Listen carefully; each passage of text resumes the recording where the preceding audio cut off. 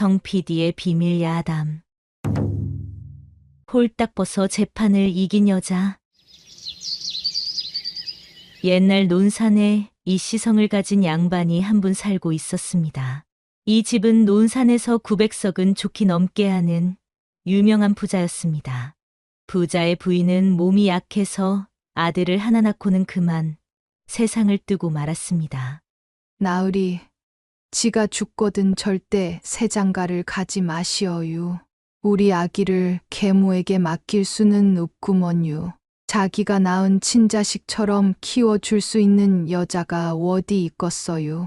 나으리, 지 마지막 부탁이구먼유. 그러나 부자는 부인이 세상을 떠난 지 3개월도 안 되어서 새 장가를 들고 말았습니다. 다행히 새 부인은 전 부인이 낳은 아들을 무척 이뻐했습니다. 업어주고 안아주고 미움을 써서 직접 먹여주고 정성을 쏟았습니다. 적어도 부자가 보는 앞에서는 말이지요. 부자가 자리를 비우면 여자는 아기를 몰래 꼬집고 괴롭혔습니다. 새 부인은 결혼하고 얼마 안 있어서 딸을 하나 낳았습니다.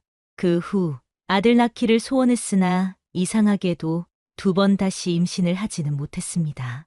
본처에게서 낳은 아들은 자라서 14살의 장가를 갔는데 이 아들은 색시와 단 한 번도 함께 잠자리를 하지 못했습니다. 아들 내외가 행여 같이 잠자리라도 할까봐 감시를 하고 있는 계모가 보기에는 말입니다. 왜냐하면 새엄마는 며느리를 끼고 살면서 며느리에게 아들이 사랑을 하러 올까봐 잠깐의 틈도 주지 않고 있었거든요. 그러나 피 끓는 청춘을 누가 막을 수 있겠습니까? 신랑은 새엄마랑 안방에서 자고 있는 신부를 부엉이 소리로 신호를 해서는 부엌에 나무를 쌓아놓은 헛간으로 데리고 가서는 번갯불에 콩 구워 먹듯이 사랑을 하곤 했습니다. 미안하오 부인, 어머니가 이리 당신을 이뻐하니 내 차지가 안 되는구려. 내 색시인 부인을 어머니 몰래 이렇게 만나야 하다니. 우리가 언제까지 견우와 직녀처럼 이렇게 잠깐씩만 만나야 하는지.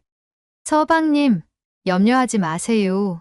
엄니가 왜 우리를 못 만나게 하는지 모르겠지만 지는 지금 이 상황이 오히려 더 좋은 거요. 엄니 깰까봐 조심조심하는 이 사랑이 황홀하구먼요. 지 걱정은 하덜 마시고 서방님은 아이 만드는 데에 신경이나 쓰세요. 아들과 며느리는 시어머니의 눈을 피해 몰래 만나 사랑을 했습니다. 시어머니는 새벽부터 일어나 며느리를 부렸습니다. 그러나 며느리는 싫은 기색 하나 없이 자기 말을 잘 들었습니다. 거참 이상하다. 며느리 얼굴에 왜 화색이 돌지? 왜 싱글벙글이냐고. 얼굴이 뽀얗게 피는 것이 시방 내 눈에도 이뻐 보이는걸? 이러다가는 아들이 푹 빠지겠는걸? 둘이 상관이라도 혀서 아들이라도 낳으면 어쩐냐? 안 되는디. 암 안 되고 말고 아들은 내가 낳아야 하는디. 아무래도 안 되겠다. 아들을 며느리에게서 더 멀리 떼어놓아야겠네. 이를 어쩐다? 아하! 그러면 되겠구먼. 아들을 당장 공부 핑계로다가 한양으로 보내버려야겠어. 그래야 내가 안심이 되겠네. 새엄마는 결심을 하고는 아들에게 말했습니다. 흠흠. 아들아, 너는 이 집안의 장손이니 귀한 몸인 걸 알고 있지? 너도 이제 나이가 들었으니 공부를 해갖고 과거 시험을 봐야 쓰지 않겠냐. 내일 당장 한양으로 올라가거라. 그래서 한양서 열심히로 공부여서 우리 집안을 더 일으켜야 하지 않겠냐. 하지만 어머님, 저는 장가 간 지 얼마 안 되었는데 어찌 부인을 두고 제가 한양으로 올라가나요? 아들아, 이 애미가 친어미가 아니라고 말을 안 듣는 것이요? 어찌 어미 말을 거역한단 말이요? 잔말 말고 이 애미가 시키면 시키는 대로 하거라. 네, 어머님 알겠습니다. 아들은 그날 밤 부엉부엉 소리를 내서 부인을 불러냈습니다. 부인, 이렇게 만나는 것도 오늘이 마지막일지도 모르오. 에? 그것이 무슨 말이어요? 어머니가 나를 내일 당장 한양으로 공부하러 보낸다고 하오. 한양에 올라가면 그것이 1년이 될지 2년이 될지 알 수가 없으니 내가 부인을 언제 다시 품게 될지 모르겠소이다. 그러니 우리 오늘 밤은 밤이 새도록 여러 번 하십시다. 부인, 오늘 밤에 아이가 생기면 얼마나 좋겠소이까? 걱정 마세요, 서방님. 지는 밤새도록 켜도 좋구먼요. 우리 천지신명께 기도드리고 일을 치르기로 해요. 그럽시다. 천지신명이시여. 우리 이씨문 중에 떡두꺼비 같은 아들 하나 점지해 주십시오. 비나이다. 비나이다. 언제 다시 우리가 합궁할지 모르오니 오늘 아기씨를 점지해 주십시오. 아들이 정성 들여 기도하자 며느리도 두 손을 모았습니다. 삼신할머니, 우덜한테 아이를 주세요. 오늘 열심히 해볼라니께 꼭 아이를 점지해 주세요. 둘은 간절히 기도를 하고 사랑을 했습니다. 조심조심 소리 없이 사랑을 했습니다. 새엄마가 눈치를 채면 안 되니까요. 새엄마가 잠이라도 깨면 안 되니까요. 새엄마는 며느리를 항시 감시하면서도 아들 내외가 그래도 자기 몰래 사랑을 할까봐 불안했습니다. 그래서 아들을 한양으로 보내 공부를 시켜야 한다고 대감을 설득해서 허락을 받아냈던 것이었습니다. 그런데 아들은 한양으로 공부를 하러 가는 그날 그만 사고를 당해서 죽고 말았습니다. 아들이 죽고 나서 얼마 후 며느리는 임신이 돼서 배가 불러왔습니다. 계모는 기가 막혔습니다. 그렇게 아들 내외를 못 만나게 했는데 언제 사랑을 한 건지 알 수가 없었습니다. 아니, 요것들이 언제 붙은겨? 내가 그렇게 감시를 했는디. 언제 시간이 있었는겨? 아이구어구혀. 이 노릇을 어쩐냐? 며느리가 덜컥 아들이라도 낳으면 어쩌냐고. 한밤중에 부엉이가 자주 울던디. 혹시 그 부엉이가 아들놈 아니었나? 새엄마는 이 많은 재산이 며느리가 낳을 자식에게 넘어갈 생각을 하니 배가 아파서 분통이 터졌습니다. 그래서 새엄마는 며느리에게 죽은 남편 말고 몰래 만나던 정부가 있었다면서 동네방네 소문을 냈습니다. 그리고 죽은 아들은 며느리랑 단 한 번도 잠을 잔 적이 없는데 며느리가 임신을 했다고 떠들고 다녔습니다. 며느리의 정부는 이웃 동네에 사는 건달이라고 하면서 건달까지 불러왔습니다. 며느리의 친정에는 오빠가 사형제가 있었는데 여동생의 창피한 소문에 처음에는 동생 보고 죽으라고 구박을 했습니다. 지상에나 누이야, 이거 어디 동네 창피해서 조상들 볼 면목도 없구나. 논산 부잣집으로 시집 갔다고 좋아했더니 이게 웬 날벼락이냐? 네가 어떻게 이럴 수가 있냔 말여. 우리 집이 어떤 집이냐? 대대로다가 양반 소리 듣는 집인디 너 하나 땜시 엄니 아버지는 지금 쓰러져 누워있고 이 오래비들도 창피해서 낯짝을 들고 다닐 수가 없구나. 대체 뭔 일인지 변명이나 해보거라. 아이고 오라버니들 지는 억울하구먼요. 시집살이 하기도 바쁜디 정부를 만날 시간이 어디 있것슈. 안 그려요 오라버니들? 이건 순전히 우리 시엄니 모함이구먼요. 지를 너무 이뻐해서 우리 서방님하고도 못 만나게 하던 시엄니가 왜 그런 모함을 하는지 모르겠구먼요. 그것이 무슨 말이더냐? 시엄니가 너를 이뻐했다니? 그리고 신랑하고도 못 만나게 했다는 말이 뭔 말이냐? 신랑하고도 못 만난 네가 임신을 했는디 그러면 너는 시엄니 말대로다가 정부가 있었다는 말이 되는 게 아니더냐? 오라버니들 아니라니께요. 시엄니가 아무리 감시를 해도 서방님이 밤마다 부엉이 소리를 혀서 우덜은 만났구먼요. 여동생의 말을 들은 친정오빠들은 여동생의 누명을 벗겨주려고 재판을 했습니다. 그러나 두 번이나 여동생은 재판에서 지고 말았습니다. 여자의 정부로 나온 건달의 말을 재판장님이 믿어버린 것이지요. 그래서 오빠들은 동생 보고 깨끗이 죽으라고 닥달을 했습니다. 누이야, 사랑하는 누이야, 이 말하는 우더를 용서해다오. 누이는 더 이상 친정이며 이오라비들 낯을 깎아먹지 말고 그냥 죽어줬으면 좋겠다. 오라버니들, 지 한 목숨 죽는 것은 어렵지 않구먼요. 그러나 억울한 누명을 쓴 채로 지가 어떻게 죽어요? 지는 억울해서 못 죽는구먼요. 이 누명만 벗겨주세요. 그래야 뱃속의 아기한테도 지가 떳떳하지요. 그러면 그때는 지가 오라버니들 앞에서 자결을 하겠구먼요. 자결이라니, 누이야, 너는 어찌 우리가 자결하란다고 그리 하겠단 말을 하느냐? 너는 어찌 아기를 가진 여인 입에서 그런 소리를 한단 말이냐? 그리고 네가 그렇게 결백하다면 어째서 재판에서 2번씩이나 졌단 말이냐? 그걸 생각해보거라. 그걸 모르겠어요. 그것을 오라버니들이 밝혀주세요. 이거는 네 싸움이다. 우리 오라버니들이 돈은 얼마든지 될 터이니 방법을 생각해보거라. 음그람은 오라버니들, 이번에는 한양서 재판에 서게 해주세요. 이곳 논산이 아닌 한양에서 재판받고 싶어요. 알았다. 그것은 어렵지 않다. 그리하도록 하거라.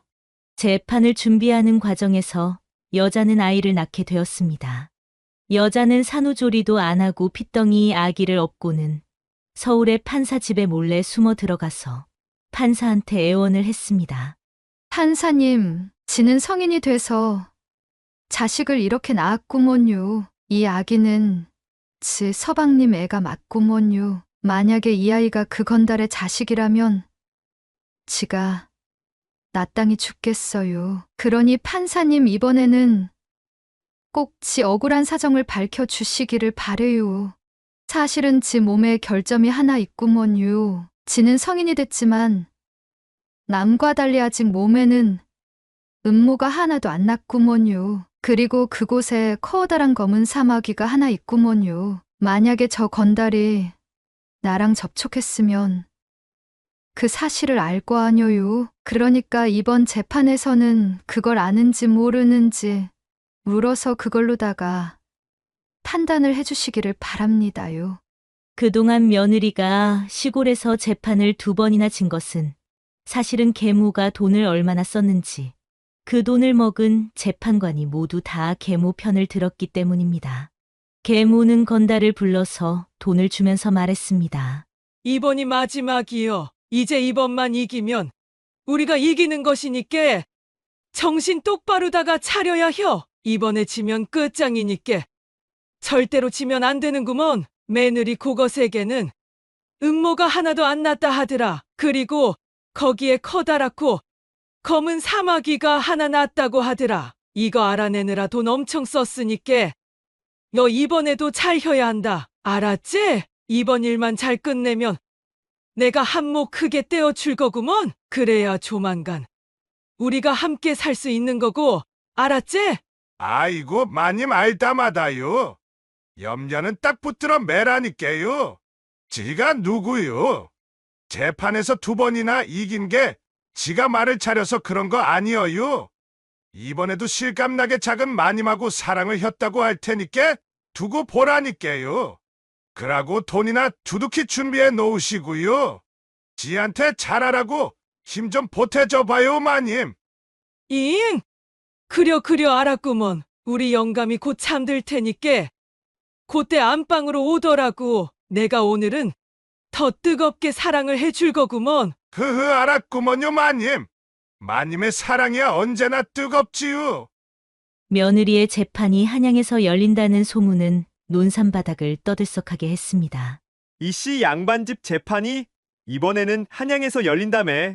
그렇다니께 논산에서 제일로다가 부잣집 재판이기도 하고 그 집 며느리가 낳은 아들이 그 집 손자가 아니라 다른 건달의 자식이라네. 흥미진진한걸? 이 재판의 결과가 어떻게 나올까 궁금하구먼. 그래서 논산 사람들은 하던 일들을 접어두고 거의 다 서울로 올라갔습니다. 재판장은 논산에서 올라간 사람들이며 구경 온 한양 사람들로 북새통을 이루었습니다. 재판은 공개적으로 열렸습니다. 재판관은 여자에게 먼저 물었습니다. 너한테 죄가 있느냐 없느냐? 여자는 대답했습니다. 지한테는 죄가 없습니다요. 이번에는 건달을 불러서 물었습니다. 너는 죄가 있느냐 없느냐? 건달은 대답했습니다. 재판관님, 지한테는 죄가 하나 있습지요. 바로 저 여자와 사랑을 한 죄가 하나 있습니다요. 사랑을 한 것이 죄라면 그것이 죄입니다요. 무식하고 천한 산 것이 감히 양반집 마님하고 사랑을 했구먼요. 건달의 말을 들은 며느리는 기가 막혀 말이 안 나왔습니다. 그러나 침착하자 마음을 다잡고 업은 아이를 둥둥 달랬습니다. 재판관은 계속해서 건달에게 물었습니다. 그러면 내가 저 여자랑 사랑을 했다면 알 것이다. 너는 저 여자의 몸이 다른 여자들과 다른 점이 있는 것을 아느냐? 재판관님, 그러면 알지요, 알고 말고요. 지가 저 여자랑 사랑을 한 지가 얼마나 많은디 그걸 모르겠나요? 지는 그것까지는 밝히고 싶지 않은디 어쩔 수 없구먼요. 저 여자는 성인이 돼서 아이를 낳았어도 아직 음모가 하나도 안 났지 뭐예요. 그리고 그곳에 커다랗고 검은 사마귀 하나가 있습지요. 이렇게 커다란 사마귀 말이에요. 그 사실을 안다는 것이 지가 저 여자랑 사랑을 했다는 증거이지 않겠시요? 안 그런가요, 재판관님? 사람들은 웅성거렸고 재판관은 건달의 말을 듣더니 여자에게 말했습니다. 여자는 듣거라. 저 사내가 내 몸의 결점까지 이렇게 자세하게 알고 있는데도 너는 저 남자랑 관계를 하지 않았다고 오늘도 우길 테냐? 이제 저 사내랑 내가 내통했다는 사실이 세상 천지에 다 드러났다. 그런데도 너는 억울하다고 할 수 있겠느냐? 내가 낳은 아이가 저 사내의 씨가 아니더냐? 어찌 죽은 서방의 자식이라고 우길 수 있겠느냐? 너는 어찌 양반의 신분으로 그런 어리석고 나쁜 짓을 한 것이냐? 재판관의 말이 끝나자마자 여자는 갑자기 허리띠를 풀르더니 치마를 훌떡 벗었습니다. 속옷까지 다 벗고는 아랫도리가 알몸이 돼서는 말했습니다. 재판관님, 이곳에 모인 여러분, 지는 이제 더 이상 창피할 게 없구먼요. 지 억울함을 벗을 수만 있다면 이까짓 거 속옷 꼬쟁이는 얼마든지 벗을 수 있구먼요. 자, 재판관님, 그리고 여기 모인 사람들은 모두 똑똑히 보세요. 저 건달이 말한 지한테 음모가 하나도 없다는 말이 사실인가요? 그리고 커다랗고 오주먹만한 사마귀가 지한테 있나요, 없나요? 여자는 재판관 앞에서 벗은 몸을 한 바퀴 돌았습니다. 그리고는 사람들이 다 보이도록 관중석을 향해서 또 한 바퀴 돌았습니다. 사람들은 다시 또 웅성거리기 시작했습니다. 뭐요? 여자의 거시기에 음모가 없기는 뭐가 없어? 아주 쑥검댕이처럼 시꺼멓게 났구먼. 그리고 그곳에 검은 사마귀가 하나 있다더니만 워디? 검은 사마귀는 어디 있는겨? 아무리 봐도 없는 것 같은디 안 그래요? 여자의 그곳에는 검은 털이 잔뜩 나 있었고 검은 사마귀는 안 보였습니다.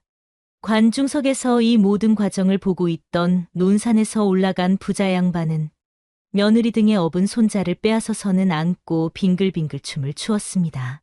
그러면 그렇지. 아이고, 내가 내 손자가 맞구나 맞아. 얼씨구나 좋구나 좋아. 며느리야, 그동안 너를 의심해서 미안하구나. 고생 많았다. 어여 집으로 가자꾸나. 부자는 며느리의 손을 잡았습니다. 재판관은 이번에는 꼼짝없이 건달에게 올바른 판결을 내려야 했습니다. 너는 어찌하여 저 여자에게 누명을 씌운 것이냐? 바른 대로 고하거라. 그렇지 않으면 너는 평생을 감옥에서 썩어야 할 것이다. 아이고, 재판관님, 소희는 억울합니다요. 지하 저기 큰마님이 시키는 대로 한 거구먼요. 아들을 없애주고 작은 마님하고 잤다고 하기만 하면 재산을 한 몫 크게 떼준다고 해서 지가 눈이 뒤집혔구먼요. 제발 용서해 주세요. 지는 양반이 시키면 시키는 대로 해야 하는 산 것이구먼요. 저기 큰마님이 범인이구먼요. 지는 죄가 없습니다요. 지는 안 죽였구먼요. 건달의 말을 듣고 있던 새엄마는 얼굴이 빨개져서는 건달에게 소리쳤습니다. 아니 저것이 왜 엄한 사람을 잡는겨? 이놈아! 내가 무얼 시켰다고 그러는 것이냐? 우리 아들을 네가 죽여놓고 왜 엄한 나를 끌어들이는 것이냐? 그리고 우리 며느리하고 잤다고 네가 이 입으로다가 떠들지 않았더냐? 아이고, 마님. 무슨 소리를 하는 거예요? 여기 올라오기 전에도 뭉태기 돈을 주면서 이번에도 잘 부탁한다고 했잖아요. 여기 마님이 준 돈이 그대로다가 있구먼요. 둘의 대화를 듣던 재판관은 판결을 내렸습니다. 저 여자랑 저 남자를 당장 잡아 감옥에 쳐넣어라. 건달과 계모는 그 자리에서 오랏줄에 묶여서는 감옥에 갇혔습니다. 재판에서 드러난 사실은 그 건달은 며느리의 정부가 아니라 계모의 정부였습니다. 계모는 부자한테 시집을 와 보니 부자도 보통 부자가 아니어서 그 집의 재산이 탐이 났습니다. 게다가 자신이 딸을 하나 낳고 보니 더 욕심이 생겼습니다. 그런데 그 부자에게는 아들이 하나 있는지라 그 아들을 없애면 그 재산이 전부 자기 딸 재산이 될 것으로 생각했습니다. 그래서 아들을 한양으로 공부하러 보내놓고는 건달을 뒤따라가게 해서는 아들을 죽이라고 시켰던 것입니다. 지금까지 이 모든 계략을 꾸민 것이었습니다. 그런데 며느리가 임신을 하자 며느리가 자식을 낳으면 안 되는지라 며느리에게 정부가 있다고 꾸민 일이었습니다. 그 후 계모는 7년 정도 징역을 다 살고 갈 곳이 없는지라 논산의 집으로 찾아왔습니다. 부자는 노발대발하며 계모를 내쫓았지요. 아니 여기가 어디라고 찾아오는가? 낯짝이 있는 것이요, 긁는 것이요. 사람의 탈을 쓰고 어찌 여기를 찾아온단 말이냐? 금쪽 같은 귀하디 귀한 우리 아들을 죽이고도 내가 어찌 살아있는 것이냐? 내 너를 당장 죽여고 싶은 마음 굴뚝 같으나 내 딸을 봐서 살려주는 것이니 당장 내 눈앞에서 꺼지거라. 그러나 며느리는 시아버지를 설득해서 계모에게 집 한 채를 따로 주어서 살게 했다고 합니다. 며느리는 아들 하나를 키우면서 홀시아버지를 모시고 잘 살았다고 논산 지역에서 전해지는 이야기입니다.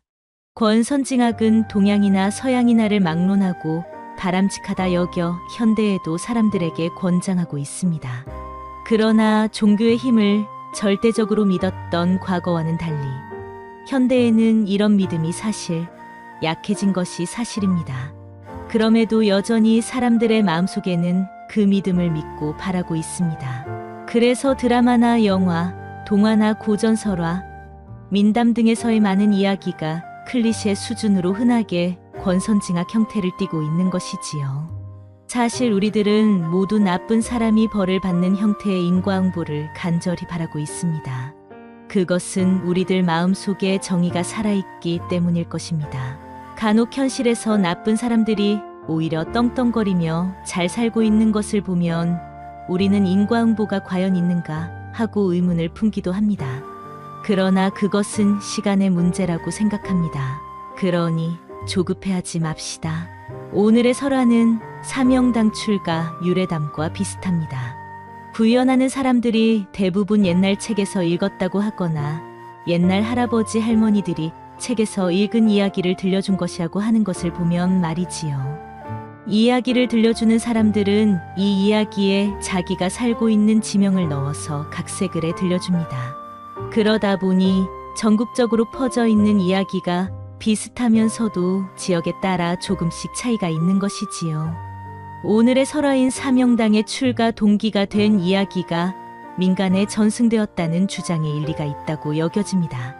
사명당 이야기는 강원도 철원군 김하읍 부창리에서 사명당 유정이 출가한 유래에 관하여 전하여지는 이야기입니다.